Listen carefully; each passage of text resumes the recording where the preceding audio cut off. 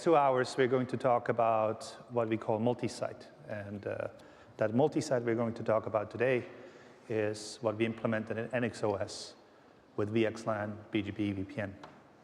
It's kind of a new thing we did. I think we shipped that probably somewhere more than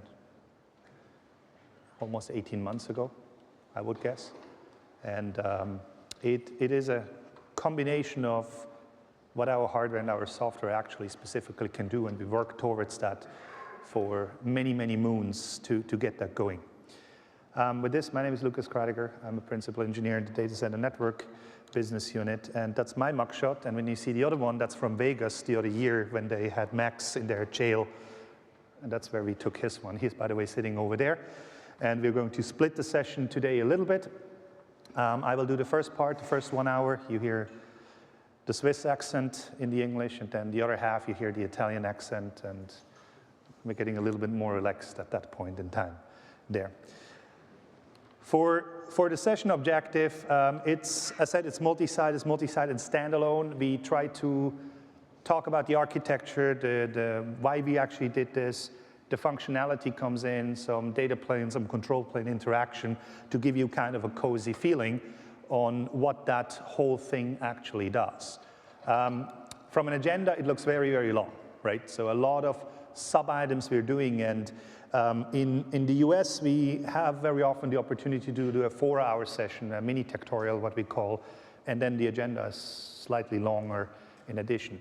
Nevertheless, there are a lot of hidden slides in the back you can leverage. You should see them in the PDF. If we did everything right, you should see them. We will check again after the session. If they're not in, we will definitely make sure that the hidden slides are all in the PDF and there. To follow today, the next 2 hours, we should be fine with the non-hidden slides because they might even confuse you in some of the areas, as I'm always confused a lot of people. Sorry for that already in the beginning. So we start with DCI evolution. We need to figure out on why we're actually doing this, what is happening in that space. We're going through an introduction of multi-site, what it actually does, some capabilities we have in there, and then we're going down into the weeds of how these different things are working there. There's also configuration parts in the slide. There's also some adjacent topics in there. For example, how do I connect a border leaf to the rest of the world via a flight, for example? How is that going to happen? How I put a firewall in there, meaning a service, active standby, active, for example. There is also one of our most important topics here, and one of the big objectives we have is how do we integrate or how do we use multi-site in what we call legacy infrastructures. So you guys might all remember OTV. OTV is a great innovation we did. It came a little bit of age in the meantime, but we learned a lot from all these iterations of deployments, white papers, designs we did, and the protocol evolution itself. And we took many, many of these learnings and put them in addition to what actually that same DCI functionality had and put it into multi-site. Now, we put it into multi-site in a slight different way.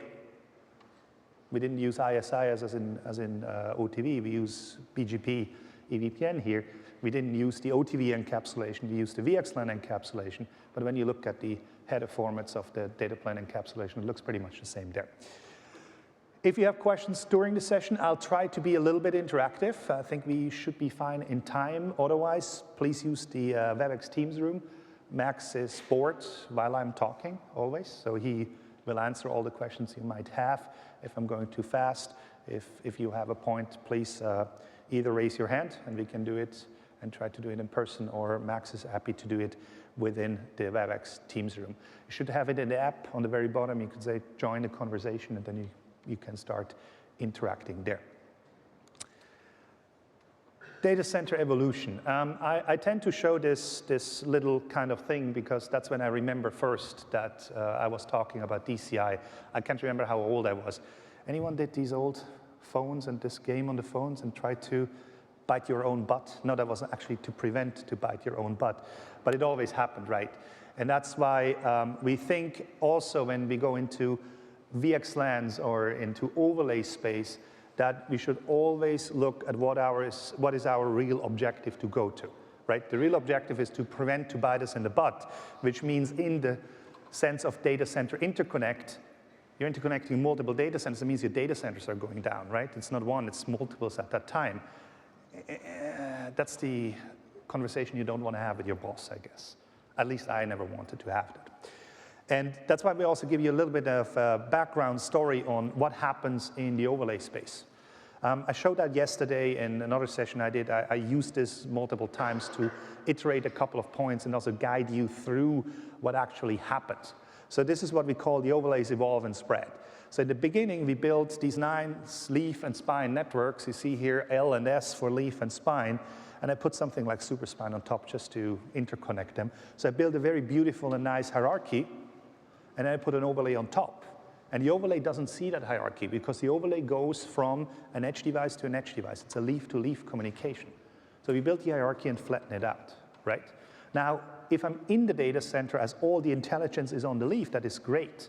But when I'm going into the data center interconnect space and I just put everything over the top end to end, where is actually my control plane at my control point coming in? So I don't have a way to control something at an aggregation point, at an intermediate point. I only have the access port. And when you have access ports, you have a multitude of ports, right? It's a multiplication of the amount of switches you have and a multiplication of the amount of bandwidth you have. So 1% of broadcast multiplied by 48 port on a single switch, it's quite a lot of bandwidth when you think of 10 gig ports and so on and so forth. So the result of all of what I want to go into, when you build something like this is one data center. That's one logical data center. It's one overlay domain. It's an end-to-end approach. And it can become very, very, very ugly when you try to treat that as a true DCI. There are use cases. This makes perfectly sense. I mean, not this guy. This doesn't make sense. But this makes perfectly sense. But remember, it's not a DCI. It's a single data center there. So we want to change that paradigm, right? We want to take that ugliness out, but give you and keep for you the flexibility of what VXLAN provides. That's one of our biggest objective. And when you look at this slide, this doesn't look very different, right? We can start and build our networks exactly the same way as we would have done with an end-to-end over-the-top tunnel. But with the chip innovation and the software innovation we did, we were able to do something which we call multi-site. And that multi-site is actually a VXLAN tunnel-to-tunnel stitching. Now, when you look at older documentation of certain kind, they're saying, hey, I can do RIOT, R-I-O-T, routing in and out of tunnel. That was solved a long time ago, I would say 2 years, 3 years ago. But the R stands for routing and not for B, bridging and layer 2, because this is a completely different animal. Think of a broadcast going into the tunnel. I'm unpacking that broadcast, and I don't know where it came from. What will I do with this? When I re-encapsulate that, I will send it back to where it came from as well as forward. That's not a good idea to do, right? Sometimes we call that broadcast storms or loops or something like that as a result of it. So what needs to be done is we have to have more intelligence in what we call our silicon or our chips in order to not lose the affinity or lose the information where actually traffic came from. And the most common terminology for this is what we call split horizon rules. And you need to have split horizon rules at a granularity which goes beyond just it came from a tunnel. You need to have it came from a tunnel, but actually from that source tunnel, of that tunnel source tap tunnel endpoint in that case, or that leaf switch. Now, where I go in here, as we have now stitched tunnels, stitched bridging and routing tunnels, we have now the ability to enforce traffic.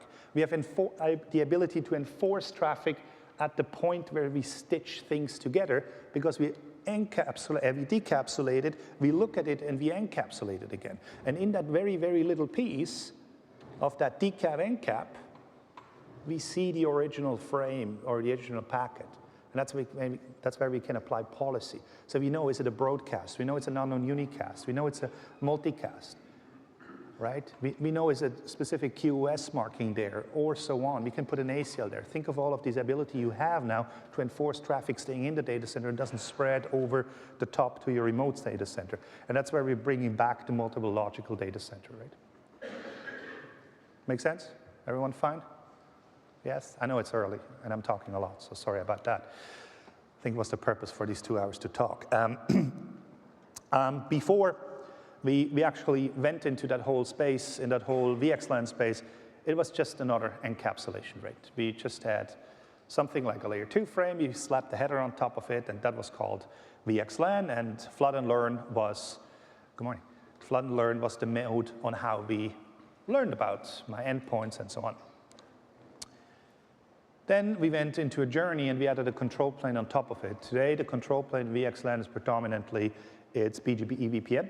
That's what we're also going to use here in that case. And that allows me to do an active discover and local and remote learning. So some of this flood and learn way of getting information is going away. Also on top of that, by adding the control plane to VXLAN, you now have the option to do routing. Because VXLAN is in essence is a layer 2 encapsulation and there is no routing capability there. Same like Ethernet, right? Ethernet doesn't do routing. You add IP to do routing. So the same way we did this, in VXLAN we added a control plane on top of that, we added IP on top of that, and made sure you could routing, first hop gateway, and so on and so forth. Now today we are different, in a different space. We are in the space of where we evolving and where we improving DCI. We have, I think, a good set of tools. We are there for ARP and ND caching. We are there in regards of multi-homing, so we have an all-active kind of approach at our border gateways. And we're going to talk about how we do the redundancy then when we talk about multi-site. So, as mentioned in the very first slide, there's something we call multi-pod, and that's that end-to-end encapsulation which exists. And this is how it looks like, right? You're coming from an access switch or from a VTAP, from a leaf switch, and you're creating a tunnel all the way through your rest of the infrastructure to the end. So you create a tunnel closest to the source, closest to the destination, and you don't know what's in between, or you don't know what's happening in between, because you cannot look into the encapsulation. If you can, let me know, I'm interested in. I can't. I mean, me personally. We evolved that by taking our tools in the DCI space and creating or bringing back the hierarchy. So we used the DCI data plane. Well, we can say we used OTV, for example, right? Or VPLS, something like that. That was the middle one. So we created one VXLAN fabric on one side, another VXLAN fabric on the other side, or NVXLAN fabric on the other side, created the DCI in the middle. Is it MPLS or is it IP-based? And the disadvantage of this is it's a little bit complex. You have to understand how certain data plane operations work in very, very detailed cases. That gives complexity to your operations. But also, there is a little nibble here. I don't know if you see it, this little orangey little thing. That's the most common normalization layer in the network industry. Have you heard of that? It's called Ethernet. So you basically take the VXLAN tunnel, put it to an Ethernet port, plug it into a second box, and that's the second disadvantage. You have here 2 switches. So while this here on the very left looks very, very simple and I don't need additional boxes, the next one gives me back a lot of functionality, adds some complexity, but it gives me the separation. So which one should I go? Anyone? Well, I would go for neither, because that's why we did multi-site. So we're bringing back the separation. So you see nicely here, we separate the tunnel, but we don't need an Ethernet frame, an Ethernet link anymore. We don't need 2 boxes anymore. We just do that in 1 box. And that's where the silicon and the software evolution, which we created in our hardware, comes into the game. Everyone good? All right. A little bit about the characteristics of multi-pod. Why is he now talking about multi-pod? He said multi-site is the right way to go. I want to set you guys up. I want to give you the information why we think that multi-pod might not be the right thing. We also want to give you the information of what are the characteristics of that multi-pod, of that end-to-end encapsulation I showed in the very beginning. And then from there, I show you the change, which we actually did, and what multi-site brings. Fair point? Good? Everyone fine with this? All right. This is what we call a fabric. We have leaf, we have spine, and I tend to draw the border leaf on the very top. It's just easier to consume it sometimes in presentations. But in fact, these 2 nodes on the box are on the same layer as the leaf. That's why we call it border leaf in that case.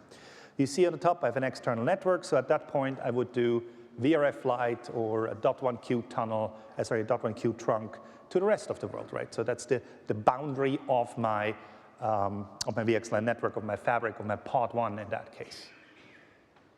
Now, who has one data center? Who has two? Or more?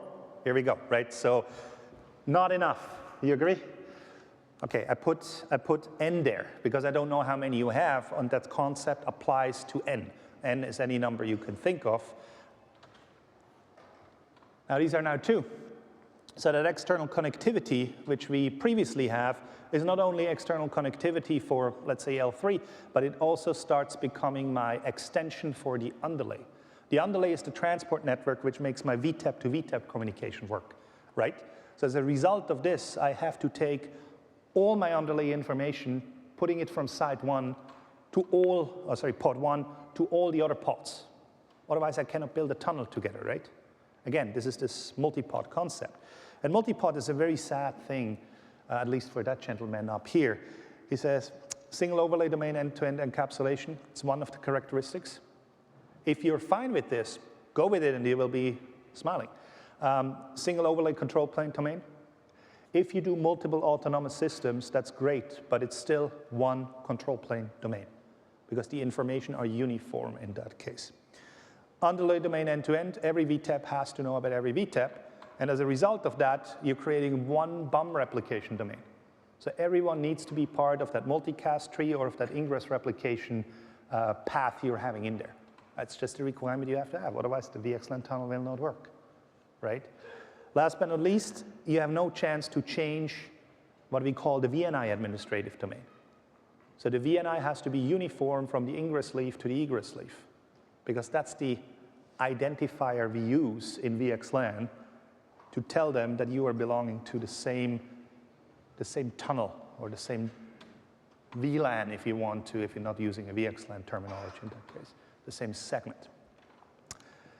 Also, you build a lot of underlay hierarchies. You saw my 3 tiers there, all the way up to from pod 1 and then down to pod n, but you flatten that out by having an end-to-end tunnel over the top, so it basically looks like you have a wire from left to right horizontally.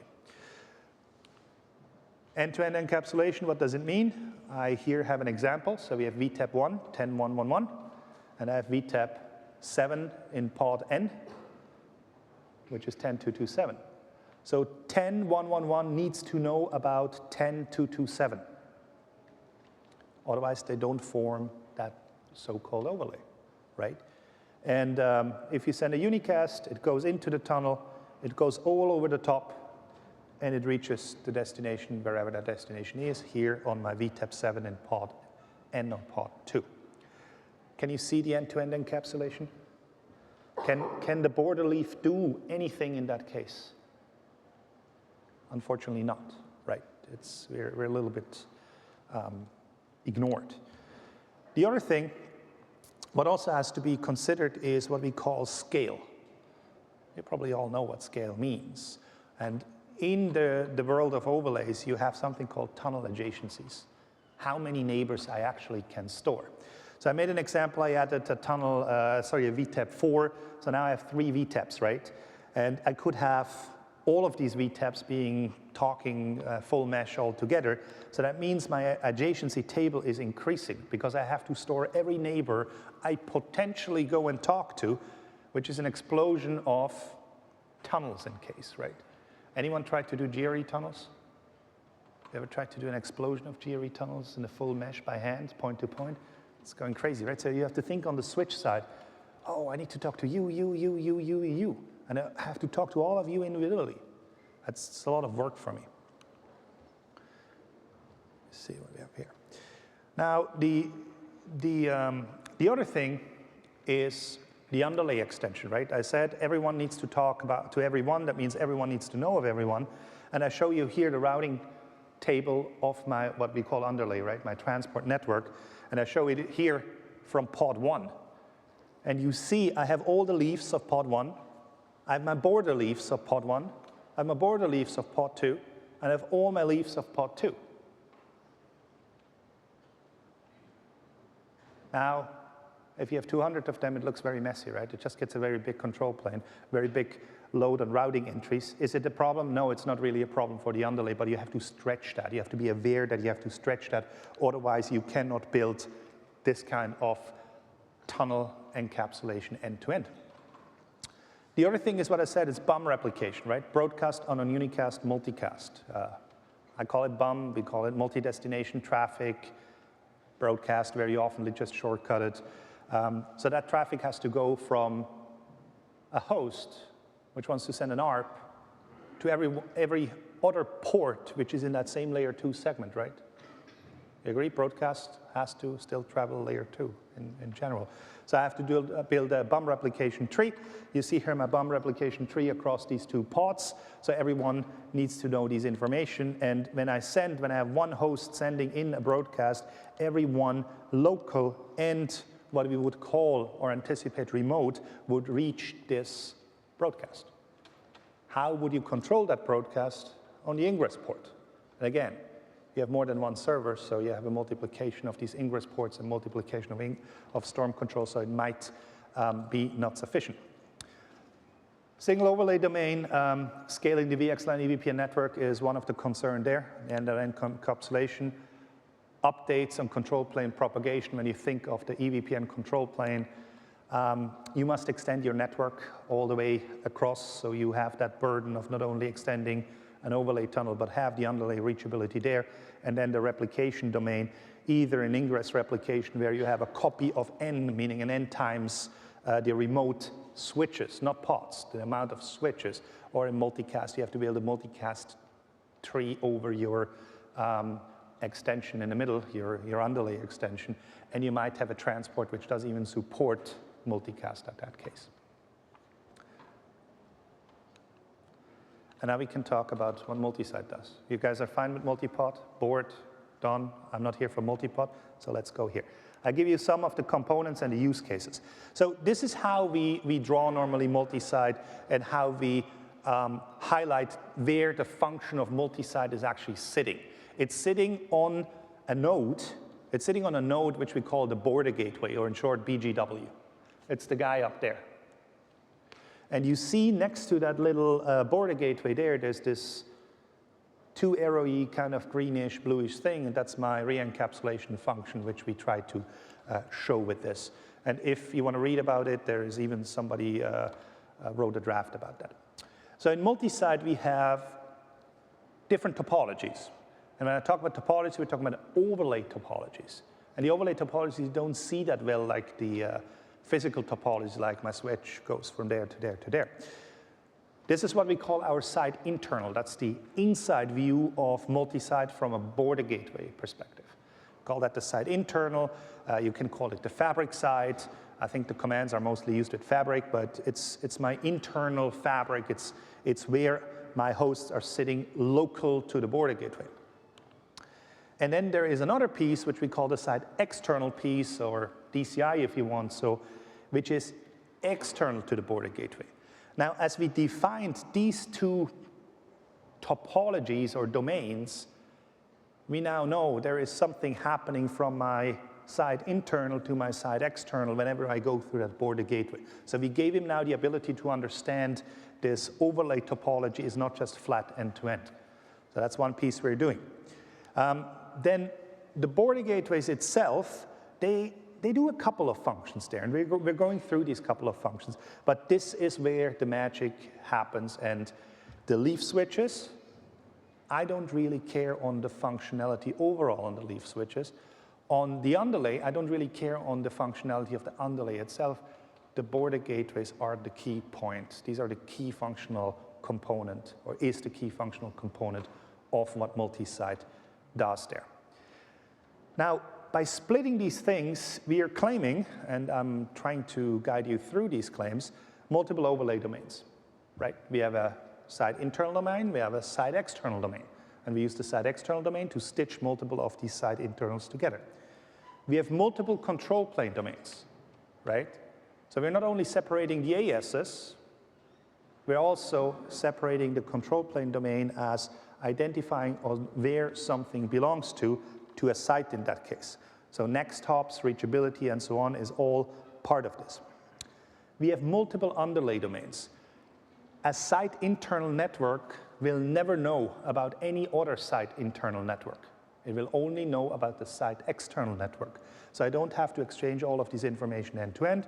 And then the replication domains, we have multiples of them for each site internal and then stitching it together over the site external. Now, the VNI administrative domain, for now, we have a uniform one.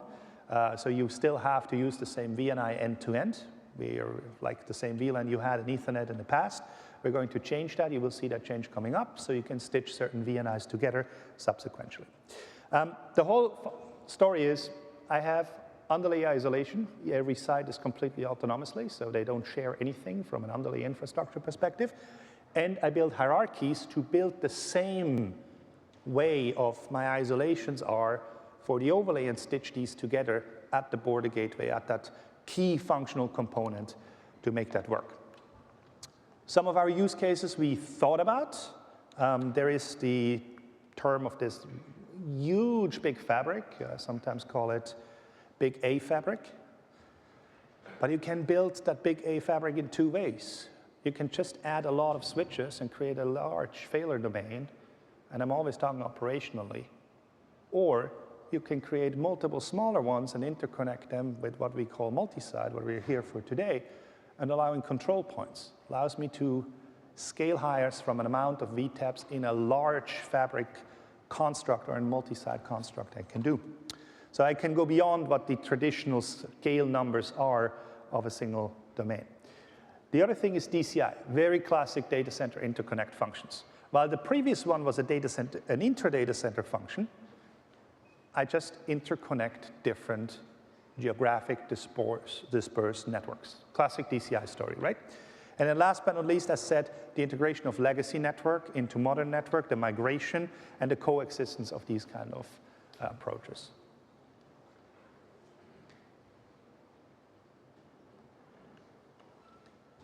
Fine with this? Any questions? A lot of them. Max, we're good? All right. So let's look at multi-site and underlay isolation, right? I told you, I do this isolation, so I don't need to advertise this 10.1.1.1 to guy 10.2.2.7. I don't want to do this. I keep that isolation. And when I show you now how that underlay control plane looks like, then you can see this here. They have no clue about each other. You agree? They don't know about each other. Now, he can say a lot, but it will work, trust me. What they know of, you see these 3 addresses which are called on the border, 101, 102, and 111. These are the important addresses because the 111 address we also see in between in that site external network. And that's exactly where the communication will happen to. If we stitch site 1 to site N, we will let these border gateways, the external IPs, talk to each other. We will let the internal IPs talk to that border gateway. And that brings back this key function of the border gateway where we say he is stitching things together. And this is how my hierarchical tunneling system looks like. You see on the bottom, I have my overlay site 1. You see on the top, I have my multi-site overlay to stitch these sites together with site N on the other side. And how do I talk these guys to each other is by giving him the address of the multi-site virtual IP address, what we call the border gateway's own identity for encapsulation and decapsulation on the fly when the traffic is being sent to. We're going way, way, way deeper into it. I'm just trying to give you the concepts where we are right now. As said before, in multi-site, everything which is in the blue layer, I don't care what the VTAPs at the leaf layer are. I really don't need to know about them. I need to make sure that my border gateway to border gateway communication works and that my leaf to border gateway communication works. These are the 2 keys. So with this, you can play a lot of games. I'm showing you one game a little bit later when I'm going to talk about the BOM replication story and how you can do pieces there. Tunnel adjacency. I told you before that it's a full mesh tunnel we had, right? So it was VTAP 1 talking to VTAP 4, VTAP 1 talking to VTAP 7, and everyone has to see each other. Now, we are moving that into another direction. As you can see here, VTAP 1 only knows about two things. He knows about VTEP4, which is in the same site, and he knows about the border gateway. Because the border gateway will bring him in a certain way, and that's the magic of the border gateway and the routing in between, to the other border gateway of site N, and then respectively down to VTEP 10227. So we're stitching these pieces, and let me show you this. Now you see the tunnel adjacencies of site 1, of site N, and between. And now you can truly see that we're having up there from an NVE peer on site 1's border gateways, you see NVE 10.2.2.2.2. That's my remote site. That's all I know about the remote site. You don't see 10.2.2.7, right? Everyone agrees? Yes? No? You can call it network address translation, but we're not doing NAT. We're actually just doing a masquerading, or we're doing a tunnel termination and a retunneling. And in the terminology of networks, this is called a gateway. And that's why we have that border gateway function which is doing this. We're continuing on that story, and we're evolving through the slides and going deeper and deeper, deeper down in these high-level concepts I'm showing you in how it actually works, right? But some side notes on hardware and software. So the Nexus hardware we built with that chip capability is starting with what we call our EX line, so 9300EX or EX line cards in the 9500, and we expanded on FX and FX2. So this is our little cloud scale chip which we made work in this way. And we actually made that work at wire speed. So we're not doing recirculations. Recirculations is actually taking it out of the chip and send it again through the chip. We're doing this in the ingress pipeline. We're looking at, oh, we need to decapsulate and encapsulate again because my destination is somewhere else. That's where actually EVPN helps us to identify these pieces. So these chips can do that. You also see there a 9364C. The 9364C doesn't have an EX or FX or FX2 notation, but it's from the same chip generation. He will also be able to do that. NXOS software, we shipped it first in what we call the i7 release, or 703 i7.1. That was somewhere in September-ish, somewhere. I almost can't remember. And this is the hardware platform today, which is able to do that function together with the software. A little bit about scale on the site. Today we support 10 sites. We support 4 border gateways per site. So you basically, if you take 10 sites, 4 border gateways per site, that's a 40 node network which you have in between there. And within each site, we're supporting 256 VTEPs. Right, so that's, make the math. 10 times 256 is quite a number for a fabric or a data center or multiple data centers you can build. This is not the end. Most of this multi-site scale part you see in regards to sites and border gateways is software validation. We have, currently we're in the works of going to 32 sites. That's towards mid of the year. And we're also increasing the border gateways to 6 per site.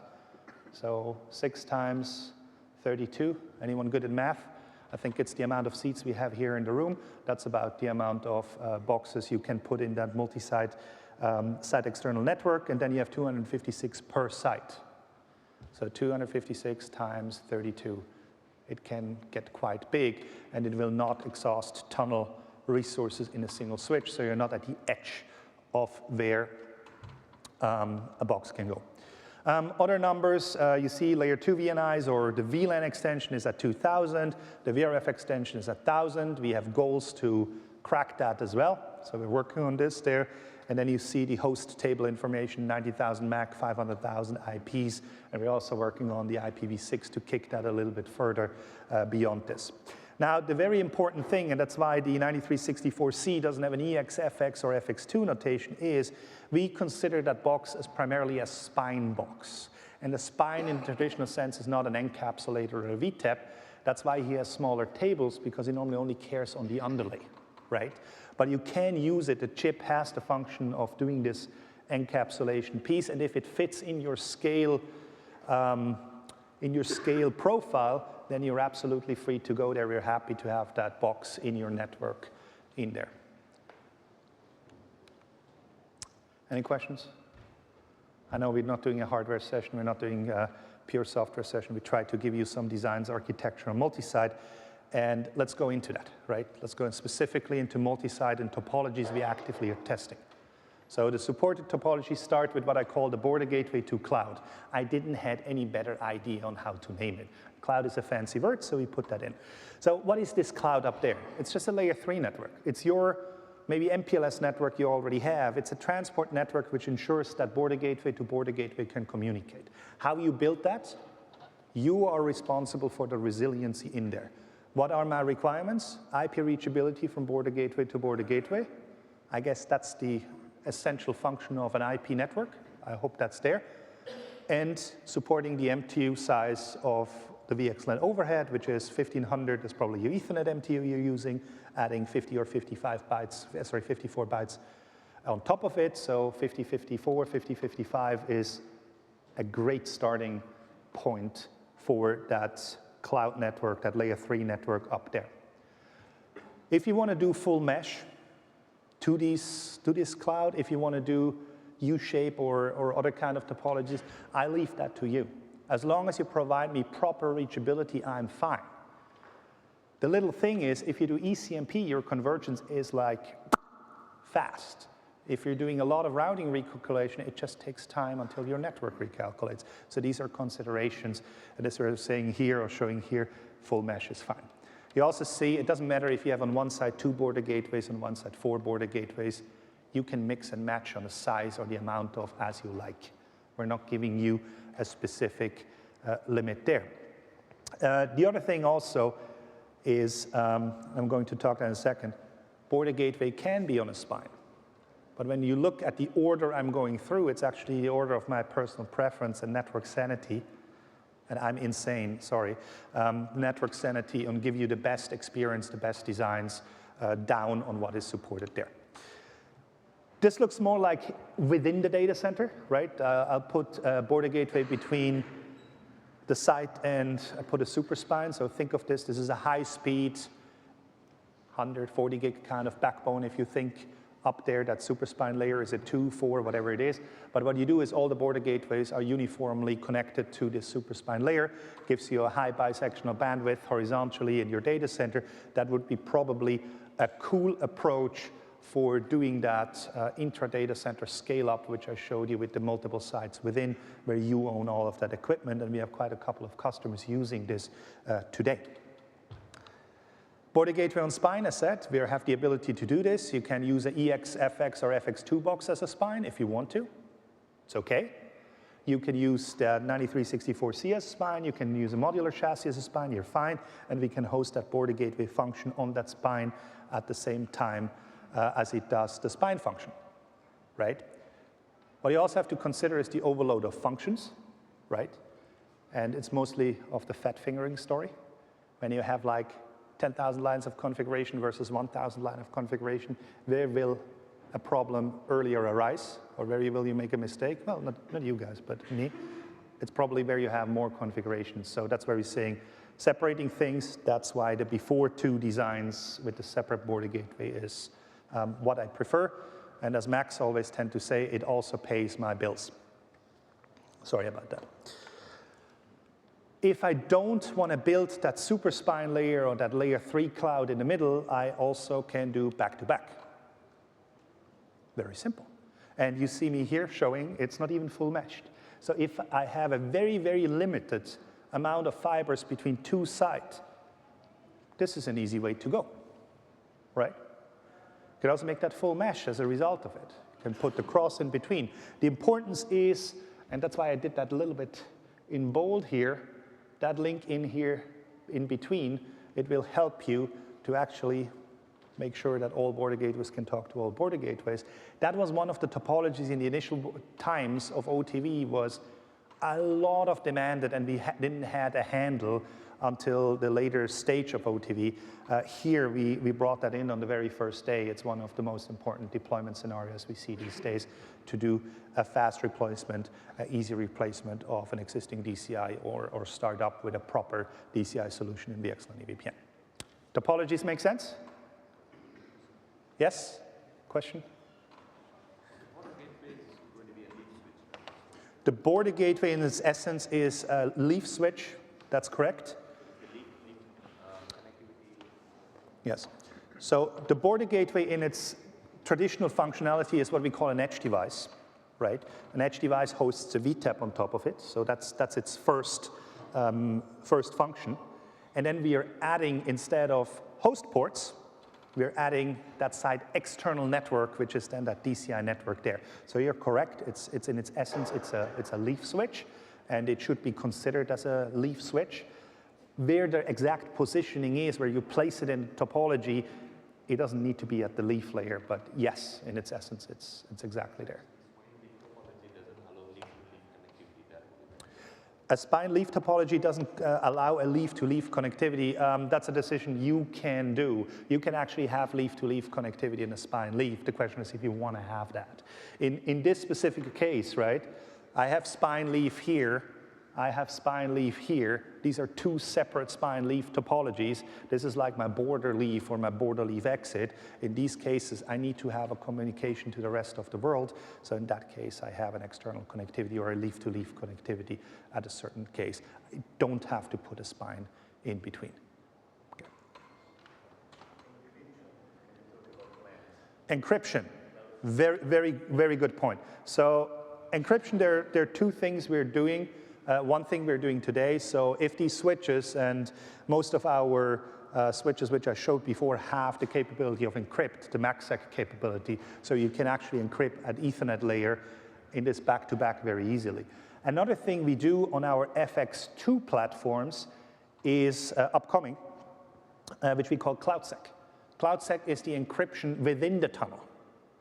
So you don't have to care what your transport underneath is. We encrypt, let's call it MACsec within VXLAN if you want to call it this way, right? So we encrypt within the tunnel. So the outer header, the transport is untouched, right? The side external network can be any external network. It doesn't have a special capability. The importance is in the border gateways, which could do the encryption and the decryption in that sense. So that's upcoming. You will see more announcements on this side.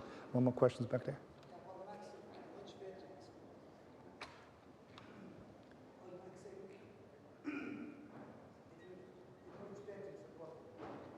So, MACsec?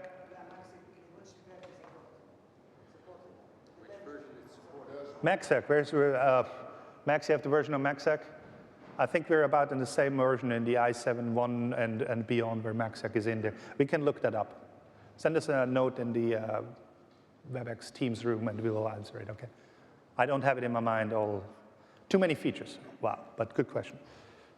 Okay, one more question. To inject external WAN connectivity, yes. Do you use the same border gateway or use a different? If I inject external WAN connectivity, can I use the same border gateways to do this function? I don't know if I want to answer now. No, I answer yes, you absolutely can. And later in the presentation, actually, Max is going to talk about that a little bit further down in this journey we're doing today. All right, so let me go a little bit deeper. Deep dive. Deployment considerations at first. I have to make sure that I hand over properly because he has a lot of stuff to cover. I do the easy part. I have the easy slides, as you can see. He will get the hard slides. So the border gateways, in regards of the deployment consideration here, you can see that there are two different kind of border gateways we have. One is what we call the Anycast border gateway on top.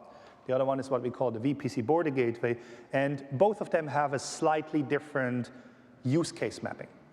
The Anycast border gateway itself, perfectly there for shared nothing between them.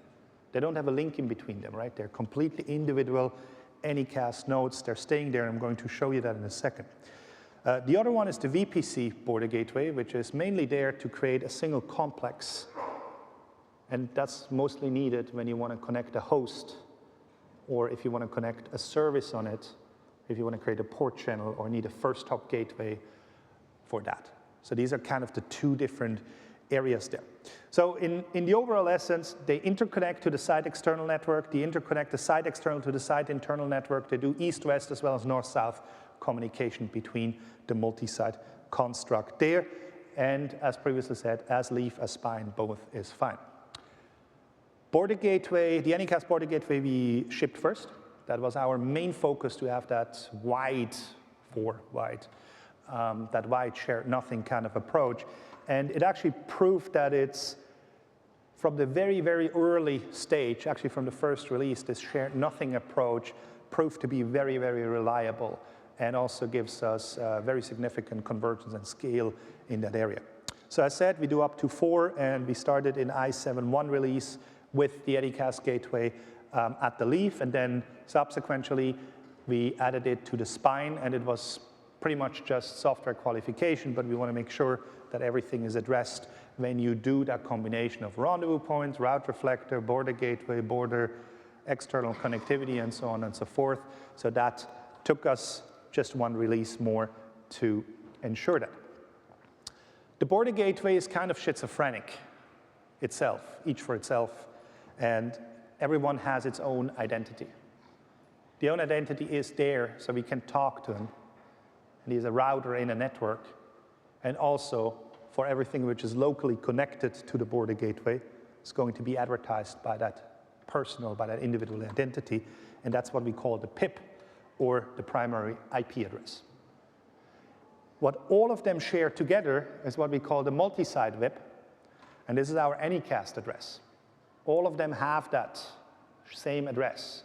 That means when we advertise this address to a routed network, you will find the way to any of them, whichever is the one your routing path choose. And if it's an ECMP path to all of them, you will balance across of them, and that's great, so you don't have polarization in your DCI network. You have a wide distribution of this. When we do and have these 4 border gateways, and as I said, we're doing L2 and L3. L3 is easy. There's no broadcast down on unicast and multicast. But when we have L2, we need to ensure that BUM traffic, or broadcast down on unicast and multicast traffic, is not multiplied. So for this, we have to elect a designated forwarder, so-called DF election. The DF election, we use a EVPN route type for that. It's called a route type 4, and we incorporate the site ID in there. The site ID is a piece you configure. You will see this, and that will tell us what kind of Anycast gateway are participating for the same site. Every site has an own ID. As a result of this, we are creating an election on a per VNI. Who is my designated forwarder for BUM traffic? So border gateway 1, let's say, takes VLAN 10. Border gateway 2 does VLAN 11. Border gateway 3 does VLAN 12. There's a mathematical piece in the back there, amount of border gateways, the number of your VNI or VLAN in that case, and we will elect one of them. And again, the whole sharing is done in the EVPN control plane, so you don't have to do an extra protocol in between them in order to make sure that that DF election takes place. The message format is following, as said, the EVPN route type 5. It's very close to that Ethernet segment identifier, which we format which we're using there. And you can also see here the encoding where we create this story there. Now, the Anycast border gateway, we are not doing any layer 2 ports on them. No trunks, no access port, no SVI with first hop gateway. Why? Because you cannot communicate horizontally, right? They're not sharing anything.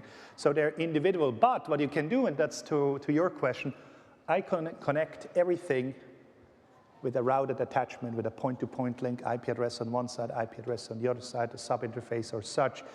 Take this information and advertise this in the control plane as a routed piece there. So we support basically single-homed endpoints in that case if you want to connect them there, but you would do it on the switch port itself, the IP address, and not on an SVI or such.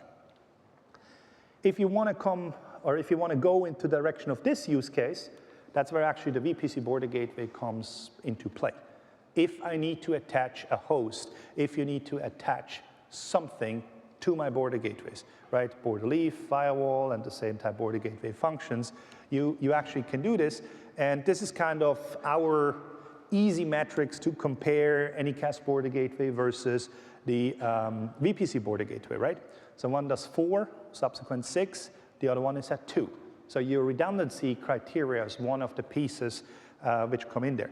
One is shared nothing, so could be deployed at a spine. The other one is a VPC domain, so they share quite some state to each other. You guys know how VPC works, right? Everyone aware of VPC, virtual port channel domains? Yeah. So there's a little bit more of state in between them. But the VPC border gateway is great for small deployments, right? Where I don't want to dedicate a whole set of boxes for one specific function, I can use a VPC border gateway to do this job, and I even can connect a firewall on top of it or something like that. Also, the VPC border gateway is very, very interesting when you do legacy side integration. So when I talk about legacy side, because ACI is the next generation, this here is the next generation. No, I'm just kidding. Legacy side is normally what we say a traditional Ethernet network, like a VPC-based network or a spanning tree-based network, and that's where the VPC border gateway is a fantastic box because he can act as a first hop gateway for a whole Ethernet domain. He can act as a spanning tree route for the whole Ethernet domain, and he can act as a combined virtual port channel infrastructure, right? I can build all the port channels up there if I want to. So the migration use cases, brownfield integration or legacy integration is one of the big things we're thinking where that VPC border gateway fits well. On the other side, the Anycast border gateway is perfect for greenfield. Now when Max goes through, and I steal now a little bit of thunder, when you actually migrate from your legacy infrastructure, Ethernet infrastructure, your fabric-based infrastructure, you go the way of VPC border gateway, you can actually convert subsequent to Anycast border gateway. So you have a way forward when you decide my Ethernet network is going away and I'm moving to VXLAN within the site to convert these pieces there. There's a question back there.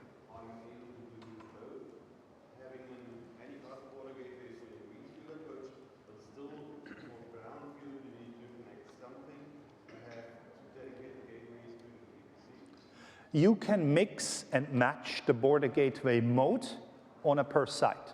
Site 1, Anycast border gateway, site 2, VPC border gateway, works the same way together. Absolutely, yes. We want to allow the mix and match of different border gateway types in that site external network, and you absolutely have the ability to do this, yes. Sorry, Max, for sharing your slide already. This a little bit continuing the comparison. You see here we have a dotted line in the middle between the Anycast border gateway because that it could be more than 2, while you see the peer link in the VPC border gateway. So as it's VPC, we still have a peer link. We stick to the peer link there. It's one complex in that sense. Now, as it is a VPC domain, we will honor and stay exactly how VPC works for VXLAN EVPN, meaning the leaf function. So we're keeping the VPC VIP, we're keeping the individual IP address, we just add the multi-site function on top of it, right? So we kind of serve piggyback on what VPC already provides us as functionality. On the Anycast border gateway on the left, you see it's a completely different approach where we have individuality for the local connected and the multi-site VIP without a link in between. A little bit more about the VPC border gateway. We started shipping this in the NXOS 9.2.1 release. That's probably around, I think, July last year. We're at 9.2.2 today. We're going to 9.2.3 in a second. And the result of what I just shared with you on the multi-site VIP plus the VPC VIP, what the individually is, you have now 3 IP addresses where something can come from or go to.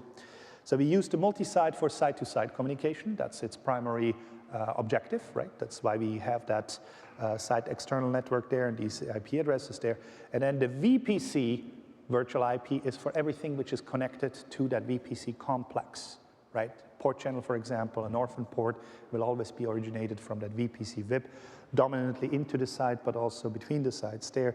And then the individual IP address, what we call the PIP, would be used for mainly for the external connectivity in that case, to give you an ECMP path to layer 3.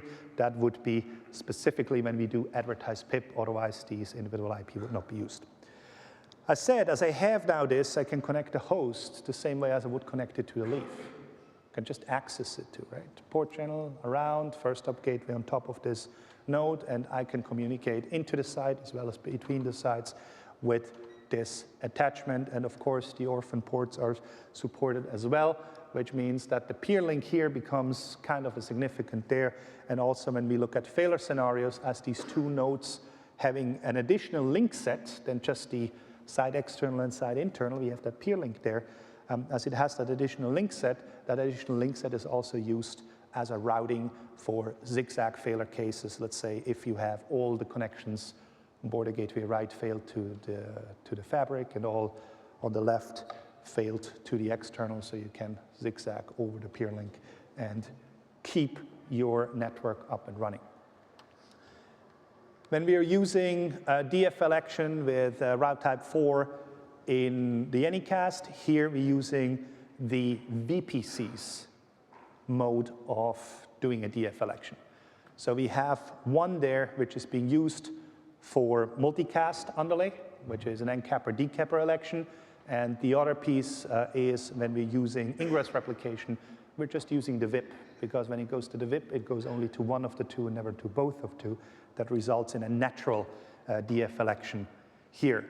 And as this becomes important to understand what is actually communicating with what, and also how the DFL action in the different modes is working on, we created a couple of slides, actually Max created a couple of slides to go through them so you understand exactly with local attachment in VPC border gateway, what's the source IP address and what's the destination IP address. I'm not going to dance.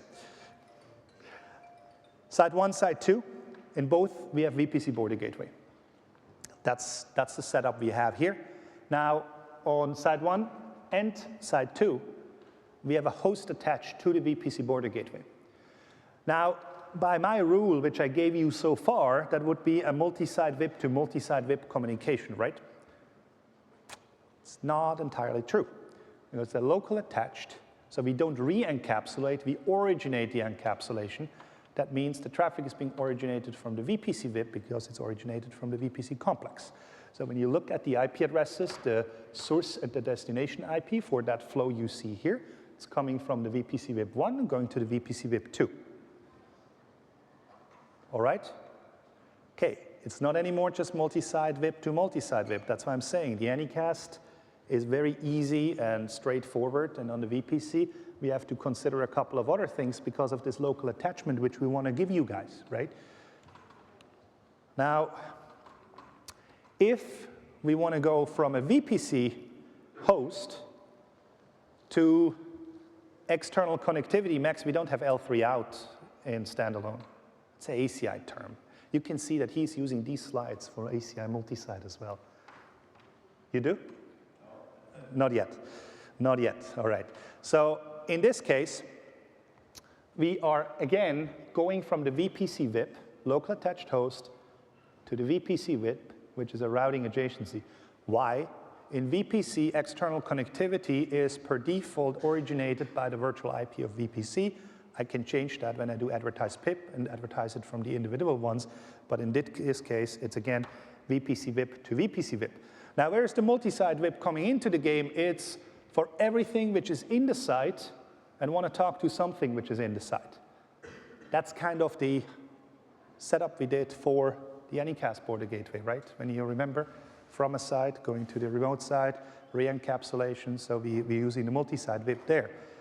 Now with the VPC VIP, you have an additional one where you have to consider the local attachments, which are slightly different. So you have a couple of more IP addresses to advertise there. Bump traffic. This is bump traffic for ingress replication. Between the sites, we always use ingress replication because we don't want to demand some multicast needs in between there. And in ingress replication, bump traffic is always replicated to the virtual IP. And then I don't need to do much in regards of DFL action, because if I come from one node and I want to send it to one IP, to how many will I send it in unicast? To just one, right? So I will hit either left or right, and whoever receives it will forward it. And then depending on failure case, et cetera, whoever has the respective links to reach the remote will use these respective links to reach the remote over a unicast path. Slightly simplified, but still complex, I understand. Now a little bit about intersite BUM traffic handling. Brings a nice segue from how we do it in VPC border gateway to general and to the general architecture of it. We said we have two different sites here on this slide, site 1, site N, and we have that network in the middle. Now when we do that broadcast, unknown unicast, and multicast forwarding in multi-site, we want to make sure that we are optimizing as much as possible, so we are sending a BUM packet in, and primarily we replicate that BUM packet within the site. And then we have an enforcement point to actually control how far we want to go. If the VLAN or the VNI is not extended, meaning layer 2 is not extended to the remote side, we will not send any broadcasts further. It will stop there. If we have it extended, we're going to replicate it in ingress replication. So we send one copy to the other side, to the other border gateway, and that border gateway does the fan out and distributes it to all the rest of the switches in that side. Now this is kind of a hierarchical ingress replication when you think of, right? Everyone talks to one sends it to the other guy multiplies again. It's almost like a manual multicast, if you want so. In order to give you flexibility on how you want to mix and match, what you do in the site can be multicast on both. That's the underlay BUM replication, right?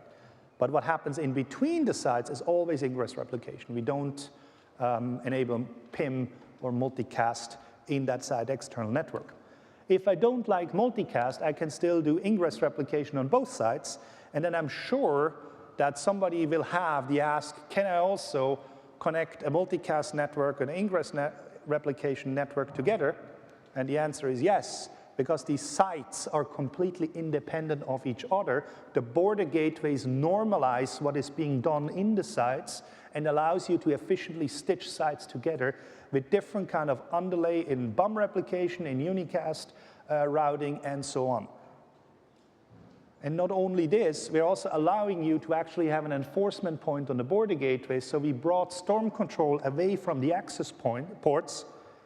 And you remember what I said, how many switches I have, multiplied by the amount of ports, multiplied by the amount of bandwidth, and then you do 1% of storm control, and you end up in kind of hundreds of gigs of storm control aggregated traffic. Instead of forcing you to do this, I give you kind of an aggregator. Whenever you go out of the site, you have the option to protect the remote side with the three traditional storm control modes, broadcast, unknown unicast, and multicast. So instead of putting it on an Ethernet port, as you traditionally would have done, and I encourage you to continue this as a good sanity to protect your site internal networks from your other leaves, I also give you now an opportunity to control your border gateways, have control on your border gateways to the site external and the remote site networks. OTV had no unknown unicast, right? We give you an unknown unicast rate. OTV didn't have a broadcast enforcer, we're giving you a broadcast enforcer here. So if you don't want any broadcasts, then, well, first, don't extend the VLAN or the layer 2 domain. That would be a good thing. If you still need the layer 2, but you really won't want broadcast and you're aware of what happens, you can really go to 0% and then there's nothing going through, right? So you have the opportunity to control there and look at the traditional traffic patterns. Now, control and data planes. Sorry. Excuse me, question over there. About BUM control mechanisms. One of them is ARP suppression, but ARP is only one kind of broadcast. Do you have any thoughts on controlling other broadcasts in control plane, not in storm control? Do you have any other considerations of protecting from unnecessary ARP storms or other kind of broadcast types other than ARP, right? Other than ARP. Yes. So today, like ARP suppression is a function on the leaf switch in order to limit the amount of ARP broadcasts happening, right? On top of that, with this here, you can rate limit the broadcast. So this is kind of a rate limiter, if you want so. We don't have a more granular way today of looking at other broadcast messages to limit them or protect them. Right now we're saying ARP, and we say general broadcasts, and the other obvious one which we're looking at is ND, but ND is slightly a different animal there in this. Let us know on what kind of thoughts you have on your concerns in regards of different other broadcasts. I would like to hear about that. If you can talk after the session, it would be great. There was another question back there. Do you support TRM over multi-site? Not today. Today, what we do is we support TRM in a site with multi-site, and we allow you to do external connectivity. Now, I don't know, I saw my VP of engineering coming in at a given point in time. He sits back there. I'm sure he will kick me afterwards. Yes, roadmap, on the roadmap. Mid of this year, Venu? Thumbs is up. Mid, second half? Second half of this year, he's saying. TRM over multi-site, second half of this year. No change inside external network. There will be no PIM there. We will do it with ingress replication, and we will do it optimized.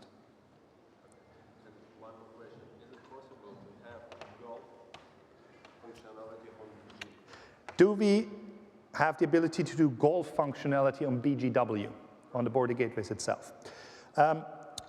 For the audience, golf is, in general terms, the ACI WAN connectivity, which is VXLAN EVPN to MPLS L3 VPN in a single box. So it's kind of that stitching we did some time ago. We have an ability to do that stitching with multi-site, but not on the border gateways today. Max hopefully talks about what we call a shared border, and in the concept of shared border, you have the ability to do this. So we're going to go through that, and otherwise we can answer also questions on the end. Control and data planes, I'm going a little bit further because I want to give enough time to Max, and he's already throwing the tomatoes hidden to me, or the cucumbers. Control plane. So I want to give you some background on the control plane behavior, and then he dives all the way into the data plane on how these things are going. So when we look at it, VXLAN EVPN and multi-site is an MP-BGP approach. And a lot of people like this multi-AS approach of building these DC fabrics and then turn off the knobs which actually make eBGP behave like eBGP for the data plane. So we are using eBGP between the sites, right? Because one side is one domain, or data plane domain, the other side is another data plane domain, and we have the border gateway which stitching is together. So my border gateway is the next hop, and I terminate my tunnel there. So my true way to the remote AS, my true neighbor there, is actually my next hop I want to use. So we are enforcing, or we actually requiring to have eBGP from a side internal to a side external to a remote side. So different sites, different autonomous systems. We have two main options how you can still build that. We call it the IEI is our recommended one. You use an IGP and IBGP within a site, AS1 for example on this one, and then you use another IGP and IBGP on the other side, let's call it AS2, and when you connect them together, magically eBGP happens because AS1 to AS2 is eBGP as a result, so multi-site will just follow exactly that behavior of the control plane, and the data plane will be driven. We also do that EEE, so you can use eBGP within the site. As previously said, you have to turn all of the knobs to make it actually work for within the site, and then also in between. That's also supported, but it's not our primary recommendation to do so. You have to turn a lot of knobs to make this story go. Max, how many are they? 12, 15, something like this, knobs which we figured out. You can do it. You can figure it out if you know BGP and so on. It's not magic, but it takes some involvement there. I always recommend to do a full mesh from the border gateways from a control plane perspective. So every speaker, every EVPN, every multi-site speaker should know of every other multi-site speaker. And you can do this in two ways. You can either do a full mesh between all the border gateways. You have 4 border gateways and 10 sites, n squared minus 1. You can go and figure how many BGP neighbors you have to go and configure. Or you can use something which we call a route server, and the route server is in essence nothing else than an eBGP route reflector. So you do a start point, right? So everyone Every border gateway peers to these start points, hopefully redundantly, and then you relay this information in that full mesh manner. And we have both of that function documented in the white paper we have talking about multi-site there. So here a bit about the underlay control plane. You see here I have an IGP, that's my I, when you remember, or that's the IEI scenario. So I have my IGP within the site, between leaf and spine and border gateway, and that's how that happy family is going to talk within the site. Now, between the sites, as I have different domain, and BGP is a great protocol for inter-domain routing, I'm actually using eBGP also for the underlay, because I will also subsequently use eBGP for the overlay. So I have that uniformity and conformity of the same protocol type, the same control plane behavior for the intersite, while I'm sticking to the iBGP and IGP within. Here you see a route server. You see inside a route reflector, so I'm trying to show you the easiest way to deploy this. When you have two sites, you're perfectly fine with back-to-back. You're just creating a couple of peerings. But if you intend to add a third site, it can become very, very involved, right, on how you link all the things together and how you create all these peerings. Thankfully, DCNM can do these things almost automatically. In 11.1, we shipped you a way to pretty much automatically configure the fabrics as well as the border gateway communication in between them, what we call the interfabric network. So in the case of the route server, we just peer with the route server in a full mesh. You see here one. If there would be two, we would just peer to two. Or as said, we have this back-to-back full mesh, which you can do as well. Little bit about control plane messages and how it looks in EVPN. So you see here host 1, you see host 2, host 3. They're in different sites, they have different IPs, they have different MACs. Some of them are in the same layer 2 segment, all of them are in the same layer 3 net segment. So we can look at routing and bridging and how the EVPN updates will look like, and that's needed so MACs can do the packet walk afterwards. When we look at the route reflector inside one, you see there that host 1 is actually seen by 10.1.1.1, which is the VTAP where it's directly connected to. But you see that host 2 and host 3 is actually not seen by the direct VTAP where he is. You see it by the border gateway with the multi-site VIP, which is 10.1.1.1.11, right? You can see this? So who will be my next hop if I want to go to host 2 or host 3? It will be my border gateway. And why will it be? Because we learned over eBGP from the remote side, that's coming from there. So we take that route, right? It was previously from 2.2.2.2. We change that and send it down. It's now me, I'm originating. I'm your next hop for reaching them. When we go and have a look at site, sorry, I'm trying to go to site 2, then you see that host 1 is now seen between 2.2.2.2. Why? Because the only exit I'm having to reach that host is over the border gateway of my side, which is represented by 2.2.2.2. Everyone can see that? Everyone good with this? Cool. On the other side, host 2 and host 3 see each other locally, right, from the respective individual VTAPs, so they can talk directly. We're not going to the border gateway, decapsulate, re-encapsulate, and go down to another leaf. We do east-west as fast as we can. We only do the external side communication through the border gateway there. Now, how will this look like when we go into the site external part? So I show you now the output from the route server of what the route server can show. So the first one is host 1. Host 1 was in site 1. It was behind 1.1.1.1, right? Everyone remember? I think that's what I said. I can't remember. So it's the same IP address presented into the site as well as between the sites, which is that multi-site VIP, which gives you the identity of that site. So we know now that host 1 is in site 1, and also we can see that host 2 and 3 is in site 2, because it's represented by 10.2.2.2. If I have two fabrics, each fabric has 256 leaves. Cool, right? How many VTAPs will I see in the site external network when I do multi-site? 2, because it's two site represented by the multi-site virtual IP. That's everything I see from an infrastructure perspective. Will host 1 see host 2 layer 2-wise, MAC to MAC, completely transparently? And the answer is yes. We're not changing the overlay. We're only changing how the infrastructure talks to each other. We're not changing how layer 2 Ethernet works. We're not changing how routing works. The overlay stays intact as it is. And that leads me to the pleasure to have Max now on stage and getting the second half of our presentation going. Thank you very much, and I hope we talk in a second then.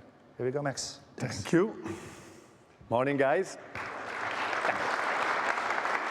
Clap the guy. It's good. Let's get the clap out of the way. So I was thinking that splitting a session with a Swiss was a certain thing to have, 1 hour each. But apparently, I found the only Swiss who's late because you went 15 minutes long. But it's OK.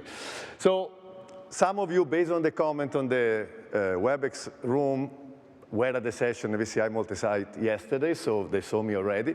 You may wonder why I'm here as well, because by contract for Cisco, every session that has multi-site in the title, I need to be on the stage.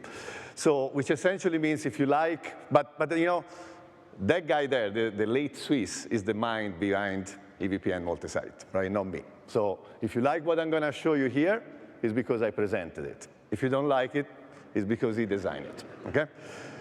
Now that we have things clear, let's go into the data plane, right? Lucas, in his long 15 minutes extra time, explained how the control plane works, explained the design principle behind multi-site, which is we want to shield, from a VTEP perspective, everything that exists in a site from the external network. So when we go multi-site, when we go data plane, we basically need to stitch, at this point, 3 different tunnels, right? The tunnel that we use internally. Every time an endpoint inside one wants to talk to something that is out, and when I say out means it could be in a remote site, I encapsulate to my local gateway, to my local border gateway, which represents the interface of the site toward the external world.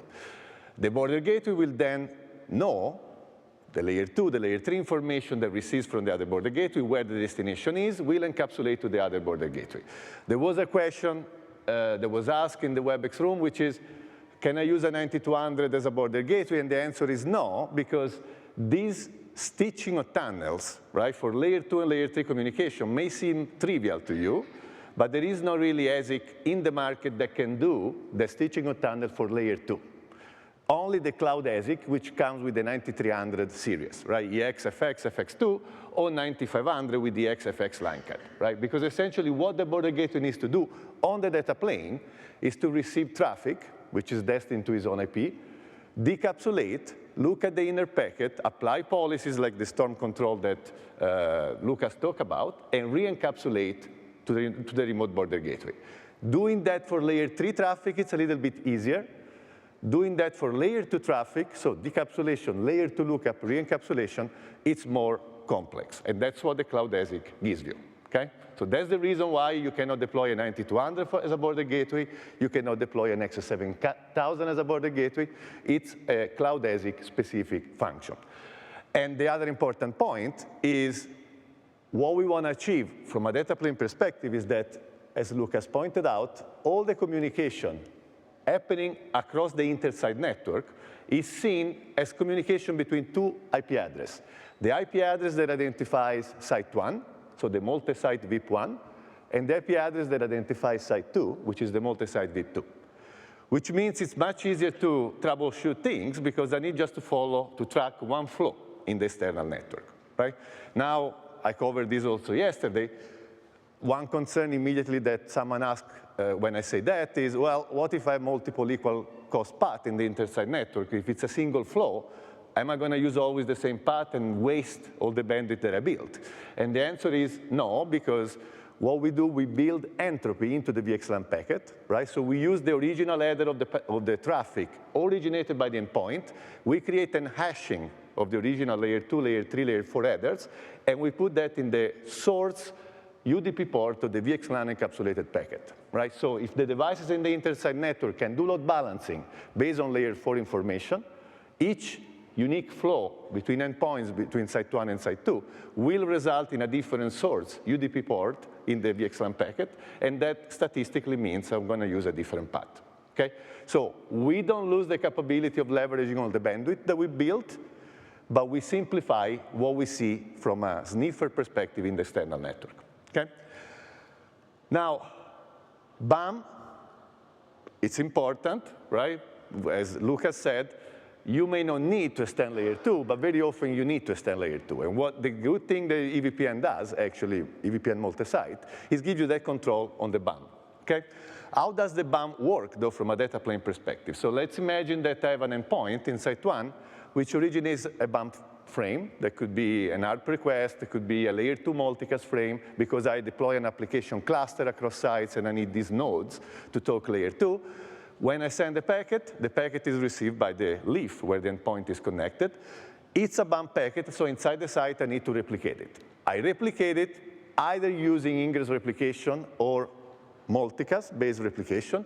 Inside the site, I would argue, have the network do what the network do better, which is replicating, right? Don't have the source leaf do multiple replication inside the fabric, right? You control this network here fully, so use multicast replication inside the site makes a lot of sense, right? Don't have the leaf have to do extra work.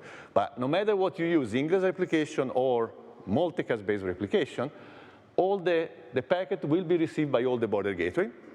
And by the way, for this the data plane consideration, I focus only on the Anycast border gateway, right? Because I'm not and I don't know if Veno or Lucas are going to kick me after this, but I'm not a big fan of the VPC border gateway. The VPC border gateway, he agrees. The VPC border gateway makes a lot of sense for the specific use case that we'll talk about at the end, which is migration or coexistence with legacy network. That makes sense. But if you want to really interconnect to VXLAN EVPN fabric, use the Anycast border gateway. Absolutely. Do not do VPC. Okay? And that's why here we focus. We may add some more slides in the future, but we focus on the Anycast border gateway. So the Anycast border gateway here, I have two in my site. They both get the BAM frame. Lucas explained we have a designated forward election, which is done on a per bridge domain level. In this example, the border gateway 1.1 is the one responsible to replicate that BAM traffic to the remote sites. So what does he do?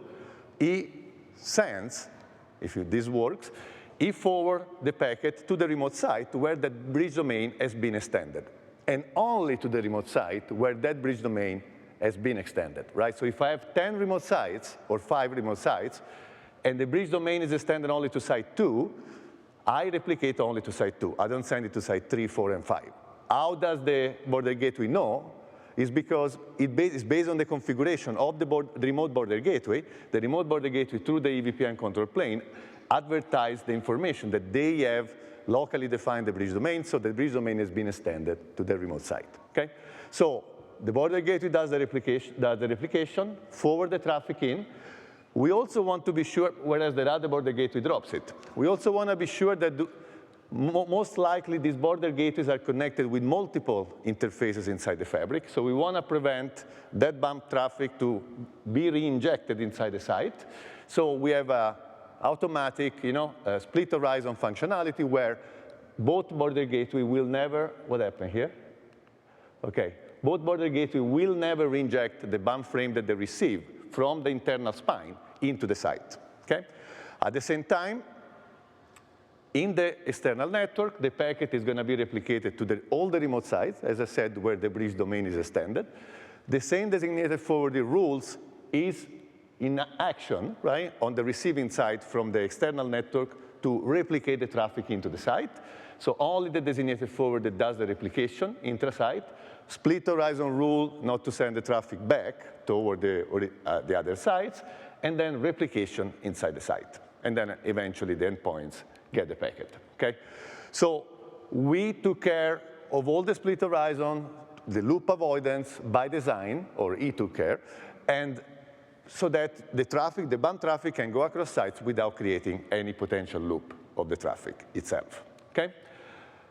Now, this is for BAM. What about the layer 2 unicast communication if I have 2 endpoints that needs to talk to each other? Now, I assume the ARP exchange has already happened here. So ARP is gone, is done. The endpoints know where the MAC destination is connected. I already ARP for it. So host 1 sends a packet with destination, the MAC, and the IP of host 2. Okay? The packet is received. It's an intra-subnet communication. The VTEP receives it. The VTEP will know that the next stop to send the traffic to the endpoint inside 2 is who? Who is it? Is local border gateway, right? Because that endpoint is in a remote site. So everything that is outside my site, I send it to the border gateway will take care of it. I don't need to track the remote VTEP addresses, okay? So I encapsulate to the remote gateway to the multi-site VIP, which means inside the fabric, I have equal cost path through the spine to get to my 2 or 4 Anycast border gateway that I deployed. One of them will get the packet. There is no designated forwarding needed here because only one of the border gateway will receive the packet, right, based on equal cost path. The packet will then be sent to the multicast VIP that identifies the remote site from where I learn the MAC address of that packet, right? This is a layer 2 lookup that I do on the source border gateway because it's intra-subnet communication, okay? It's bridging, if you want, it's not routing. The remote border gateway will get the packet, one of them. Again, is just routing inside the intersite network. The intersite network doesn't know anything about VRFs, doesn't know anything about endpoint information. It just knows how to route between VIP1, multi-site VIP1, and multi-site VIP2, okay? One of the border gateway receives the packet in the remote sites, and then it sends it inside the packet, inside the site, sorry, after doing the layer 2 lookup, the encapsulation layer 2 lookup, encapsulation toward the leaf destination where the endpoint is connected, okay? For routing, it happens exactly the same thing. The only difference is that each border gateway layer, instead of doing a layer 2 lookup and re-encapsulation, it does a layer 3 lookup and re-encapsulation, but exactly the same behavior, okay? Now, let's move, okay. The response happen exactly the same thing in the opposite direction, right? We keep it for consistency, but no big deal. So now that the data plane is out of the picture, question?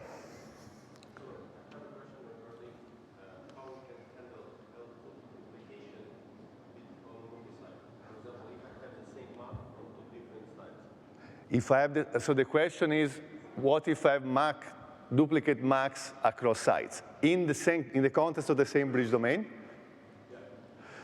If you had the same MAC, it's a misconfiguration normally, right? Can we handle the same VXLAN duplicating detection as we do. Meaning, it's like an Anycast MAC thing, right? So we freeze. It's like if you were kind of doing a continuous vMotion, it would be the same effect, right? So, but let's say we do this freeze of the MAC learning, because otherwise you would continuously overload the control plane. So that's the only thing. But it's a misconfiguration that will eventually, you will get a fault, or not a fault on Epic, because there is no Epic here, but you will realize that there is a freezing situation because it's a misconfiguration, okay? Are you happy? Okay, good. Just checking. Okay, connectivity to the external layer 3 domain. Let's go to something more interesting from a deployment perspective, right? So as I said yesterday, if you build a data center, if you build a fabric, if you build multiple fabric, and you don't connect to the external world, why did you do all the effort, right? So connectivity to the external layer 3 domain is important.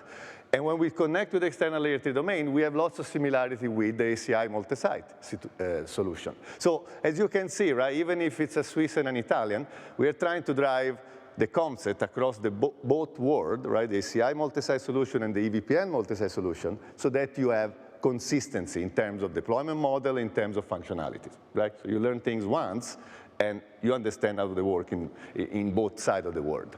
So when I connect to the external world, there are essentially two main ways, okay? There is no L3 out in EVPN, it's true, but you can basically do an equivalent to the border leaf L3 out in ACI, which means a VRF-like peering between the border leaf and the external world. Now, in this example, the border leaf and the border gateway are actually sitting on the same box, okay? But these are two logical functions. I could use dedicated border leaf, which I use only to connect to the external world, and a dedicated set of border gateway to do the multi-site traffic. In this example, and very often, makes a lot of sense to consolidate the border leaf for north-south and the border gateway for east-west roles on the same physical hardware, right? Why do you want to, I mean, if you want to build more, if you want to buy more switches, fine for me, but it makes a lot of sense to have border leaf deployed on the border gateway, especially on the Anycast border gateway, right? Because that's how the border leaf will look like, just layer 3 independent devices connected to the external world. When you do the VRF Lite approach, the only consideration to keep in mind from a deployment perspective when you consolidate border gateway and border leaf is the fact that you need to use a separate set of interfaces to connect to the multi-site network or inter-site network and to connect to the WAN edge devices that give access to the WAN. Under the assumption that these are two physical infrastructure, that very often is the case. If it was the same, it would be a different consideration, but you still will need separate interfaces. The blue, used for sending VXLAN encapsulated traffic destined to the remote site. The green, used for the VRF Lite communication, which is an IPv4 or IPv6 peering with the external device. Why do we need separate interfaces?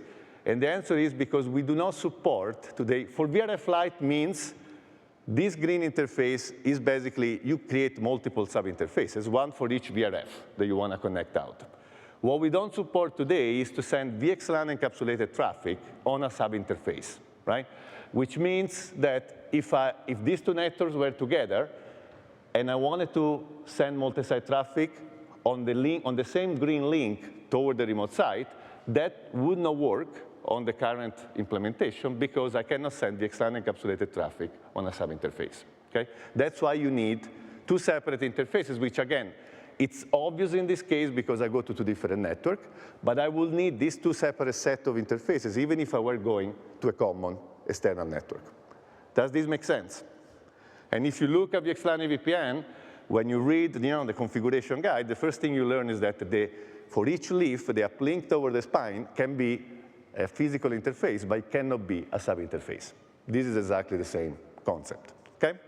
So VRF Lite, easy, makes sense. If you are an enterprise, usually you have 4, 10 VRFs that you have in your fabric, perfectly fine to configure it. DCNM automates the configuration. It makes very easy to create this peering with the external router. If you want to do something more scalable, right? That's where Golf, for the use of, we call it Golf more on the ACI side. Here we call it the shared border. We basically replace the VRF Lite peering, where I need to establish a routing peering for each VRF that I want to extend out, with a EVPN peering here that I establish between my border leaf, and border gateway in this case, and the external Golf router, right? I establish an EVPN peering, which essentially means I have a single control plane peering or instance, EVPN, that I use to exchange the reachability information for all the different VRFs that I want to connect out, right? So two advantages. One is I could have a generic layer 3 infrastructure between my external WAN router and the border gateway, right? Think about if you were in a campus and you have your data centers, or two buildings, data center 1 and 2, and the WAN edge is in a different building, right? And you have a campus core in the middle. Well, in this case, you can just do an EVPN peering overlay between the border gateway of each data center and that WAN edge block that you may be across the core, okay? Advantage number 2, it scales more because, as I said, you don't need to do a VRF Lite configuration where for 100 or 200 VRFs, I need to establish 200 layer 3 peering in a VRF Lite fashion, okay? And then from a data plane perspective, what essentially you're doing, you're moving the functional border of the fabric for north-south traffic into the WAN edge device itself, okay? Now, does it make sense? It makes sense, as I said, in the cases where I want to decouple the topology from, I have a specific topology requirement, like I said, to connect to WAN edge routers that are not directly connected to the border leaf, or it makes sense for scale perspective, from a scale perspective, okay?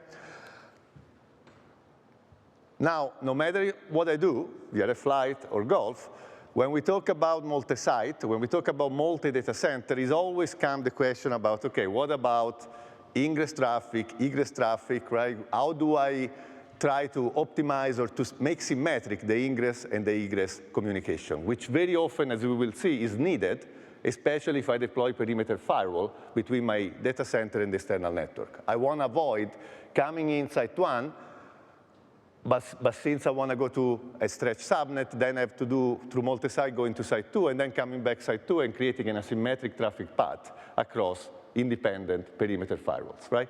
So the good news is that with the EVPN multi-site, you get some functionality for free in terms of traffic optimization. So let's start talking about the egress first.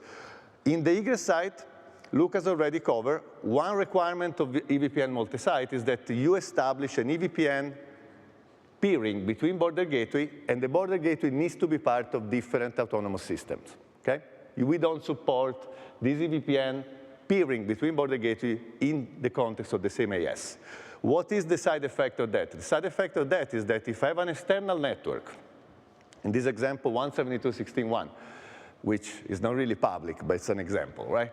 And I have a BGP peering. Let's say I create a BGP peering that could be Golf or could be VRF Lite per each VRF between the WAN edge router and the local border leaf, border gateway. That the border gateway on each site will learn that 172.16 subnet, okay? And that they will also exchange between each other that information. So the border gateway in site 1 send the 172.16.1 to the border gateway in site 2, and vice versa. However, in doing that, the AS path that is contained in this update that goes border gateway to border gateway will be longer than the AS path of the advertisement that I get from my directly connected WAN router, right? Which essentially means if I sit on the border gateway on the left, I always prefer first what I receive from my directly connected router. And when I inject that information into my local site. Same thing, if I sit on the border gateway on the right, they will always see, okay, I received the same prefix from my directly connected router and also from the remote border gateway. But the remote border gateway advertisement has a longer AS path, so I'm going to ignore it, right? And essentially means from egress traffic, we always, sorry, let me go back. From egress traffic, we always go from a local leaf to my local border gateway, and from the border gateway straight to the local WAN edge router, always. Okay? As long as the local WAN edge router advertises that external information. And if for some reason I have a WAN isolation scenario, my two border gateway failed, a dual failure scenario, whatever it happens, then at that point, the border gateway on the right will start receiving the 172.16.1 external prefix only through the EVPN control plane from the remote site. Okay? And now, from a data plane perspective, I will cross my multi-site network, right? I will go from leaf to my local border gateway. I don't have any more a direct path toward the external world, but I have an alternate path to the remote site. So we can do something, and I need to concede this to Lucas, and you don't know how much it cost me. We can do something that we cannot do today with ACI multi-site, which is endpoint in site 1 can actually connect to the external world using the layer 3 connectivity of site 2, right? And using the multi-site network as a transit. The assumption, obviously, is that I have two separate networks for the WAN external connectivity and the multi-site network. If the network is one, if I get isolated, right? And then there is no way out of my data center anymore. Does this make sense? This is just networking, eh? So we are all networkers here, right? It used to be called networkers, now it's Cisco Live, but because it's marketing, but we are all networking in the core, right? So this is just BGP. But the good thing is that without doing anything, just setting up multi-site, you get this behavior for free, right? And you can have a failover in case of a major failure. The other point is, what about, let me go here. What about ingress? What do I do with ingress? Well, with ingress, I want to, again, ensure that I can make symmetric my egress and ingress, right, for the reason that I will show you in a couple of slides. So if I have a subnet, and let's say that subnet is extended, and again, you have a tight control on which subnet you extend between sites based on the configuration that you do on the border gateway, right? The bottom line is, if the bridge domain, if the layer 2 VNI is defined on the border gateway, it's going to be extended. If it's not defined, it's going to be locally isolated or contained. Okay? But assuming I need to extend the layer 2 subnet, I have my 192.168.10 or whatever it is, yes, .10 exists in both sides. What we can do something that we have been supporting from the beginning, which is advertising more specific information, not only the subnet, but also the specific host route for the local endpoint toward the external routers, right? This is a functionality that in ACI we just released, right? A couple of months ago in the 4.0 release. With EVPN multi-site has always been there, right? The capability of advertising the subnet and the host route. And actually, if you don't want to send the host route, you need to do some additional configuration, right? And when would you not advertise host route? For subnets that are only local, I want to send only the subnet out, for example, right? Or I want to aggregate, even do a summarization, right? But if you don't do anything, the bordered leaf will always send the subnet plus the host route. And the cool thing is, I'm not going to send the host route that are exchanged between border gateway, right? So this endpoint is discovered in Site 1. The border gateway in Site 1 sends the host route to the local WAN router. And he also sends the host route information to the remote border gateway because they need to know where that endpoint is connected. The remote border gateway can be configured. So this is not happening automatically yet, right? I don't know if the Venu left, otherwise I would have asked him. Yes? DCNM is doing, of course, yes, okay. But there is some you can do a configuration on this border gateway so that what the host route that I receive from my remote site, from my remote border gateway, I do not advertise them out to my local layer 3 devices, right?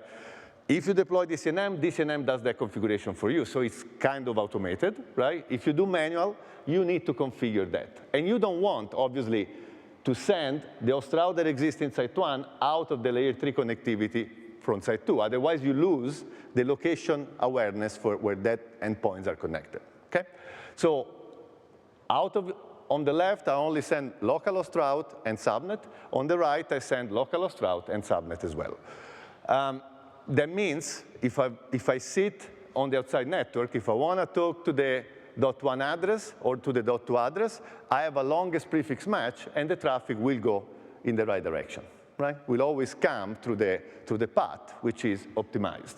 Now you may wonder, well, if I cannot send host route into the external network, what do I do? Well, there is no magic, right? If the host routes are dropped and you cannot advertise them in, you can do two things, right? You deploy an overlay over the WAN. There could be an SD-WAN solution. You do Lisp, right? You need to do an overlay so that the remote router knows where those routes are available without using the basic routing into the external backbone.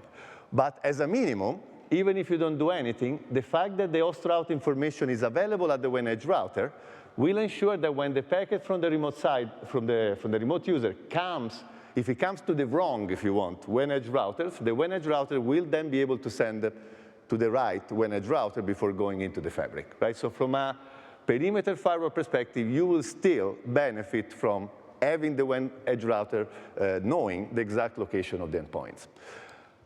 And the other point is, if I have a failure, we always need to consider the WAN isolation scenario. What's going to happen is the remote user will stop learning the most specific prefixes out of the site that got isolated, because remember, I still have my filter here that doesn't send out what I received, the host route that I received from the other site, but I will still have the /24.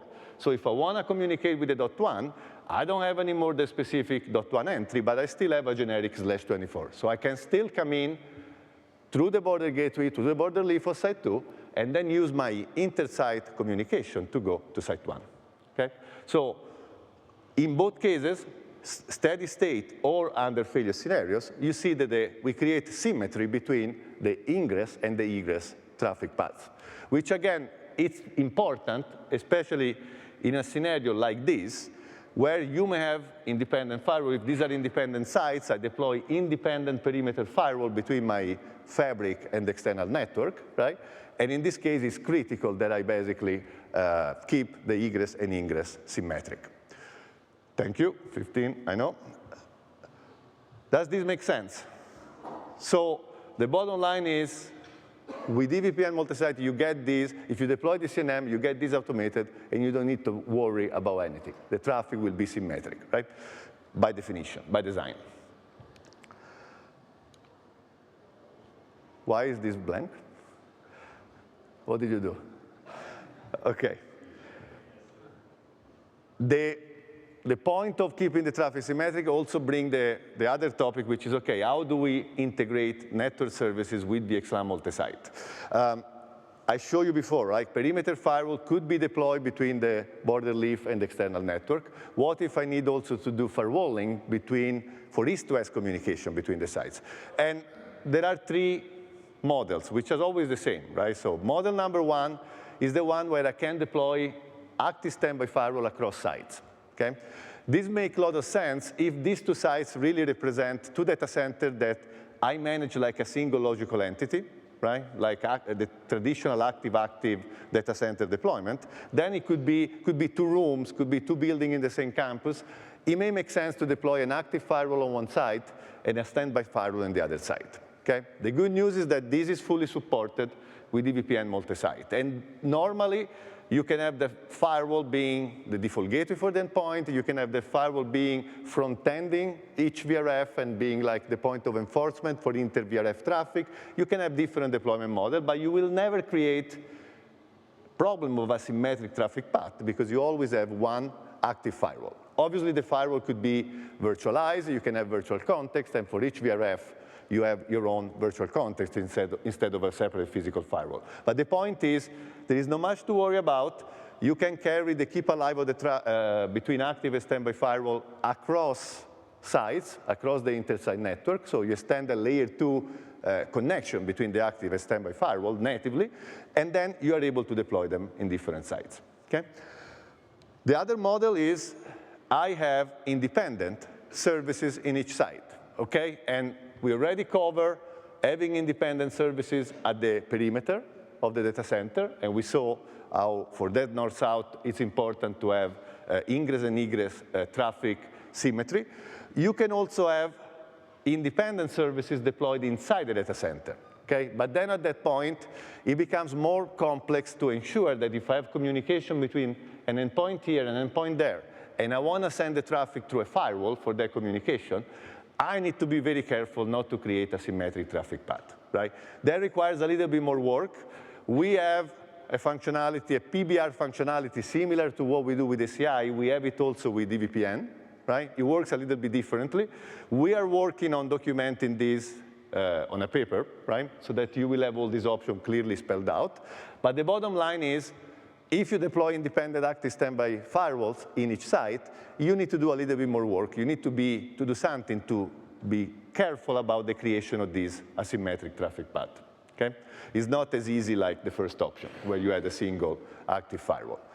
The third option is actually would be the solution to all the problem, which is the creation of a cluster, of a firewall cluster stretched across sites. Now, here I say, it's partially supported because that cluster, especially when you talk about the firepower Cisco firewall, can actually work in two ways, right? In one way, it's where the cluster looks like a single logical node from the point of view of the network, which essentially means all the nodes that are clustered together own the same MAC and IP address. I have a MAC 1, IP 1, and that is owned by all the nodes, right? So from a network perspective, this cluster really looks like one entity. The challenge with that is that I will learn, back to the same question that was asked before, I will learn that MAC address and that IP address, MAC 1 and IP 1, in site 1, in site 2, in site 3, at the same time, right? Whenever that firewall communicates with the network. And in order to do that, to handle that, and not consider that a vMotion, a continuous vMotion event, we need a sort of Anycast MAC and Anycast IP service support in the multi-site environment, which is not there for EVPN multi-site today. It's not there for ACI multi-site either, okay? It's there for ACI multi-pod. So the bottom line is, if you want to deploy a cluster in the mode where all the nodes look like a single logical entity, it's a roadmap item, that will come We don't have the VP committing anymore, but probably are you still looking into that for the second half of the year, right? So on the second half of the year, you will be able to do that. In the meantime, you could deploy that cluster in what we call it independent mode or individual mode, which essentially means each node clustered together, each firewall node clustered together has its own identity in terms of MAC and IP, right? What the cluster really does for you in that case is the synchronization of the connection state between the different nodes. But from a network perspective, each node looks like a different MAC IP pair, which means I don't have this problem of duplicate MAC and duplicate IP across the site. So that is supported already today, okay? And as I said, we will cover that in a paper that we're working. In the meantime, if you want to have more details about services integration in general with VXLAN EVPN, and specifically with VXLAN EVPN multi-site, there is a session that our friend and colleague Matthias Wessendorf is going to cover, I think it's Friday, BRKDCN 2304. So if you go see Matthias, I think for 2 hours, he talks about specifically network services integration with VXLAN EVPN. Okay? And he covers also multi-site. I'm actually working with Matthias on this famous paper that sooner or later will be available. Last thing I want to cover, and I have, thanks to Lucas, 10 minutes for that, is the legacy site integration, right? So I said already, I'm not a big fan of VPC border gateways, but there is a couple of specific use cases where it makes a lot of sense to introduce the VPC border gateway. And this is really why we did it. Actually, there are a couple of use cases. One is, well, I build a very small network, a very small fabric, and I cannot afford to have dedicated node just for the Anycast border gateway function, right? I want to be able to attach endpoints, workloads, bare metal, virtual machine, to the border gateway. So the border gateway needs to function as a compute leaf and as a border gateway leaf at the same time. In that case, VPC border gateway is your friend because it's the only border gateway option that allows you to have the default gateway functionality for locally connected endpoint defined there. The other use case where it makes a lot of sense is where I want to interconnect a legacy site, which could be deployed with whatever technology you want, fabric path, VPC, spanning tree, non-Cisco network, God forbid, but there are also some non-Cisco data center out there. And I'm building a new VXLAN EVPN fabric, and now I want to interconnect these two because I may have a need for coexistence or for migration, which very often are the same because you go into a migration phase, and the migration phase lasts maybe 2 years, right? So it becomes really a coexistence, right? But the point is, I want to be able to extend layer 3 connectivity and very often layer 2 connectivity for application migration point of view between the legacy network and the new VXLAN EVPN fabric. Sure, I could go and deploy a traditional DCI solution between the legacy network and VXLAN EVPN. I could put an OTV, I could use VPLS. We used to have a tutorial where we were speaking for 8 hours about DCI, right? But why, if you bought into the VXLAN EVPN technology, from a data plane and control plane perspective, why not leveraging the same technology also for the DCI, right? Why not simplifying the DCI story and have a consistent technology end-to-end? And this is where the introduction of the VPC border gateway makes a lot of sense. Now, on these slides, they're called pseudo border gateways. The reason why we kept pseudo border gateways is because in the original paper that Lucas wrote, that's what they were called before we supported the VPC border gateway function, right? When we launched multi-site, we didn't have the VPC border gateway support. That came in 9.2.1, right? So we were talking about pseudo border gateway. But in reality, this is a pair of VPC border gateway. So you deploy in the legacy site this pair of VPC border gateway. You locally connect it to the legacy network. Normally, you would connect them to the aggregation layer. And you trunk on this connection that normally is a VPC, as we will see, all the VLANs that I need to extend to the remote site. At that point, I automatically get the layer 2 communication between endpoints connected down here in the legacy site and endpoints that are connected in the new EVPN VXLAN fabric, right? So this is the equivalent solution of what we could do in ACI with the remote physical leaf. If you look at that, they look similar to the remote physical leaf from a topology perspective, okay? So the easiest way to extend EVPN connectivity to a legacy site. Now, if I go, where do I put the default gateway when I do this deployment? Well, it's very likely that initially, at least, the default gateway for the legacy site will remain where it was before you interconnected the two networks, right? So if you have a default gateway on the aggregation layer, will stay there. If you have the default gateway on a firewall, will stay there. And you just use initially, and maybe if I need to go back once, okay, you initially use that connectivity, VPC border gateway to Anycast border gateway, just for the layer 2 extension, okay? But at a certain point, it will start make sense to actually move the default gateway up to the VPC border gateway here. Why? Because this will give you the capability of offering for the endpoints that belongs to stretch subnet a consistent and distributed default gateway in both sides. In the new site is the leaf where the endpoints get connected to. In the old site are the VPC border gateway. They become the default gateway. So if you imagine that at the beginning you were having HSRP running on the aggregation layer, you would shut down HSRP, and you will move the default gateway function one layer up, right? So you do one extra layer, but the good thing is that now I have a consistent default gateway offer on the left and on the right. If two endpoints need to route here, I go up here and stay down here. If I need to route here, I route directly at the leaf in the new fabric where the endpoints are connected. So I avoid doing lots of pinning back and forth. Okay? So that's where you should go for the subnet that are stretched, at least, right? As soon as possible, in my opinion. This could actually be the first step of the migration, even before you start moving endpoints from right to left. Okay? Question? You said you moved the gateway. So why don't you use Anycast? So that's the gateway in the legacy side and the VPC side. The question is, why don't you use the Anycast gateway? That's what we do here exactly, right? When you move the layer 2, layer 3 here, you have Anycast gateway. These are like leaf, right? They're like leaf of a VXLAN fabric. So by removing and putting in, but you add the gateway. You basically add the gateway. You turn on the layer 3 function of the fabric, right, on the VPC border gateway. That's all you do. But you need to also shut it down from where it was, right? If it was a firewall or if it was the aggregation layer in the legacy network. So you bring down the SVI there, and you enable the SVI on the VPC border gateway. So you enable the Anycast gateway function, okay? And now you have a consistent Anycast gateway here and here, right, depending where you're connected.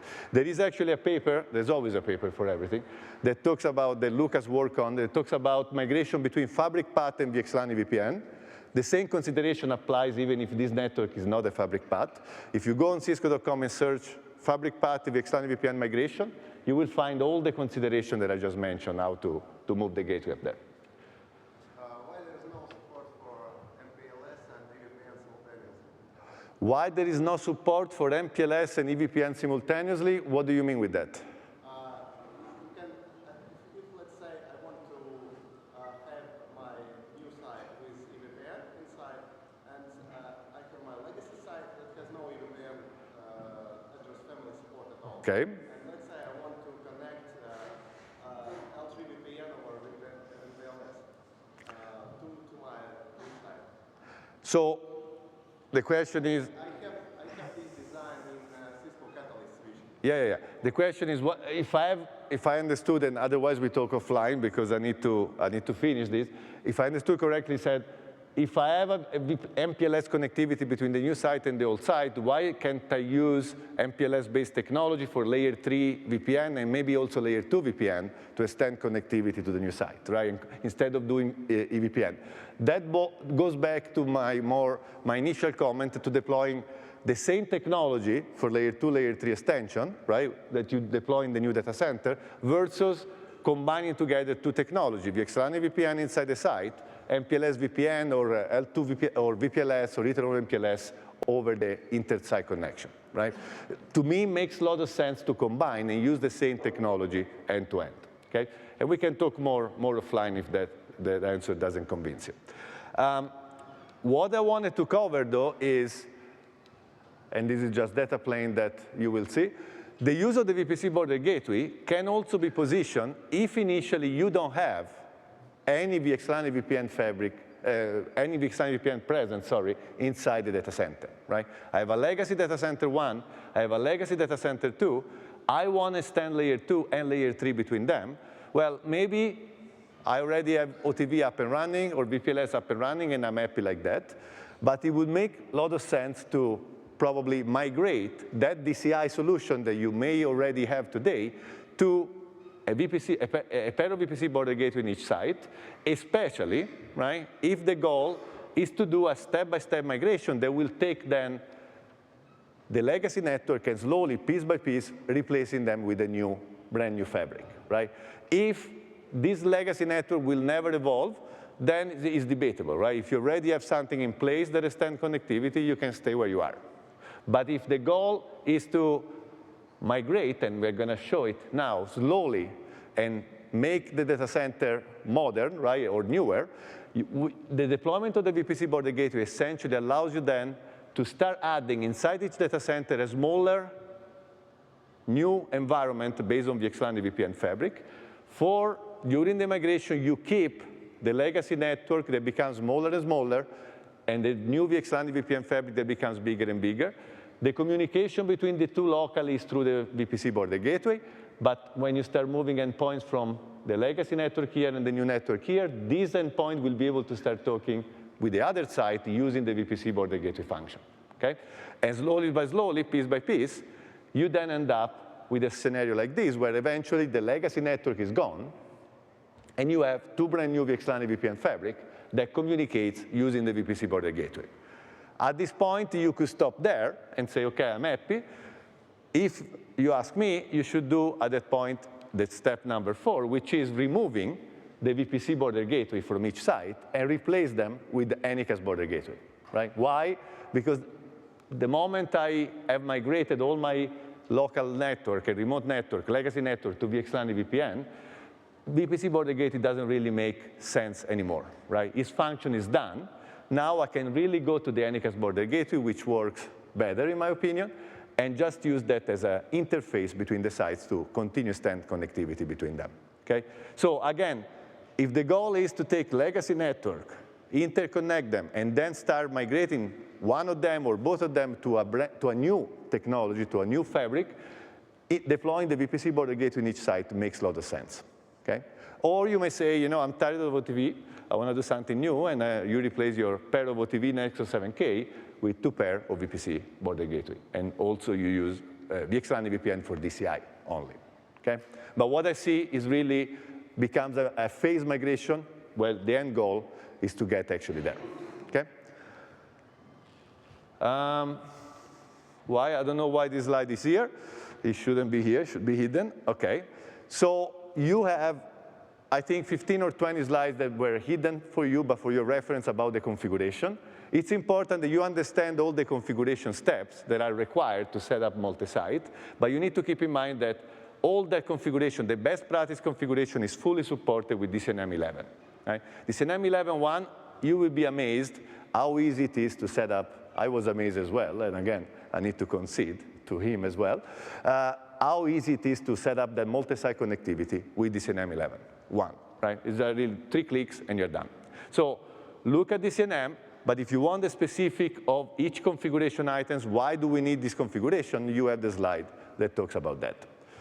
With this, I hope that the session was useful for you to understand that, you know, VXLAN EVPN multi-site is the way to go. I'm even more stronger with this message compared to ACI. In ACI, I usually say multi-pod and multi-site, they both are there for a reason, and you combine them, right? One does not replace the other one. With VXLAN, the message is much stronger, right? Don't do VXLAN multi-pod, because that's building a single fabric.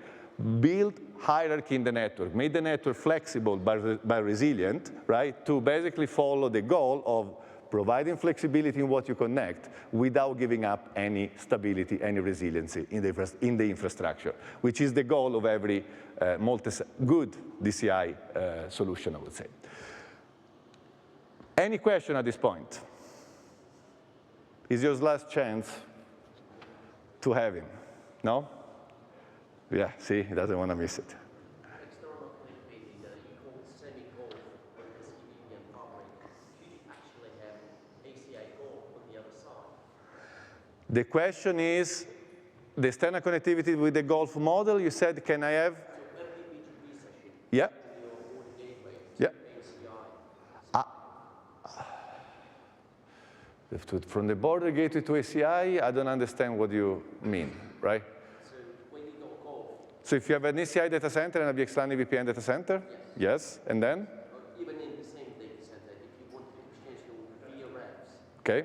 Yes. information, Okay. But then you will need the Gulf and this connected with the layer 3 VPN somehow, right? To communicate between each other, right? you don't have to do it on every single VRF level, but you can do it. Correct. Correct. Yes. Yes. Okay. These are resources for you. Thank you very, very much for your time, and have a good rest to Cisco Live event. Thank you.